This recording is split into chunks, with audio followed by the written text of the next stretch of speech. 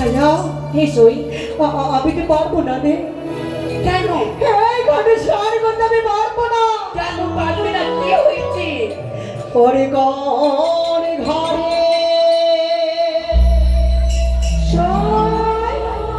ও কানার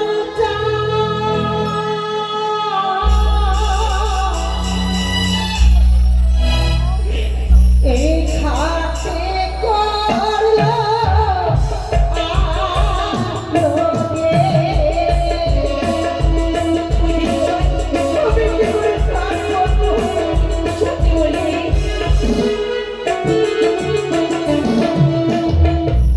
প্রথম ঘাটে দেখি সখীরে তেল সিঁদুরে বন্দাবে।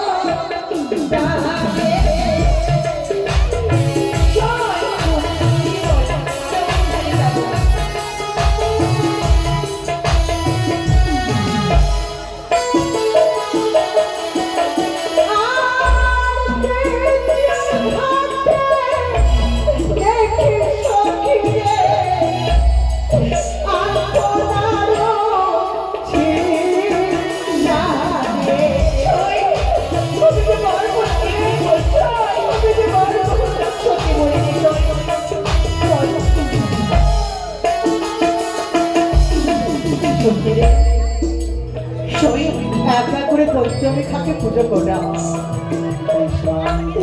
তবে কি আমার স্বপ্ন এইভাবে ব্যর্থ হয়ে যাবে? আমি কি পারবো না স্নান করতে? নিশ্চয়ই পারবি সই। তোমার স্বপ্ন নিশ্চয়ই পূরণ হবে, কেননা আমি মায়ের মুখে শুনেছি 5টি ঘাট নয় 6টি ঘাট রয়েছে। সত্যি বলিস সই? রয়েছে 6 ঘাটটি। তুই বারগুলো বলো, চল সেই 6 ঘাটে আমরা স্নান করবো। চল, আমি যদি পূজা করে না থাকে সে ঘাটে সাঁতরে পারে ফিরে যাবো। চল চল চল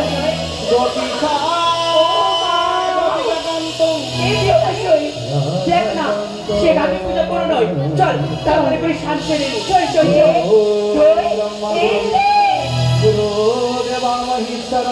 গুরুজি পরম ব্রহ্ম শ্রী গুরু ও মা, খুব সুন্দর লাগছে গো।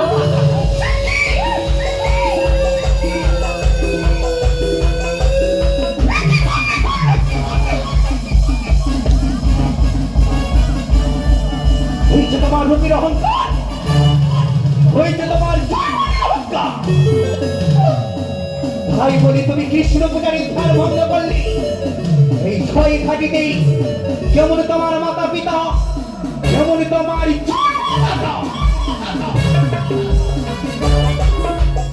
ধর্ম শিক্ষা শেখায়নি কন্যা। এই কৃষ্ণ পূজারী কিভাবে অপমান করলে তুমি? ক্ষমা নয় তোমার, ক্ষমার গরমের জল পরে ছমার জঙ্গে অভিসম্পাদ করিলাম কন্যা। আমার স্বামীকে খাবে গলে ভূত।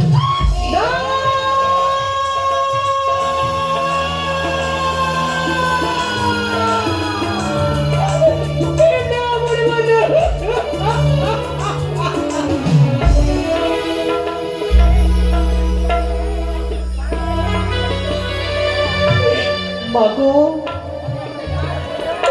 আমি এমন কি অপরাধ করেছি তোমার চরণে? কেন তুমি বিনা সময় অভিশাপ দিলে? এই অভিশাপ তুমি ফিরিয়ে দাও গো মা। যেভাবে ধনক থেকে বান হয়ে যায়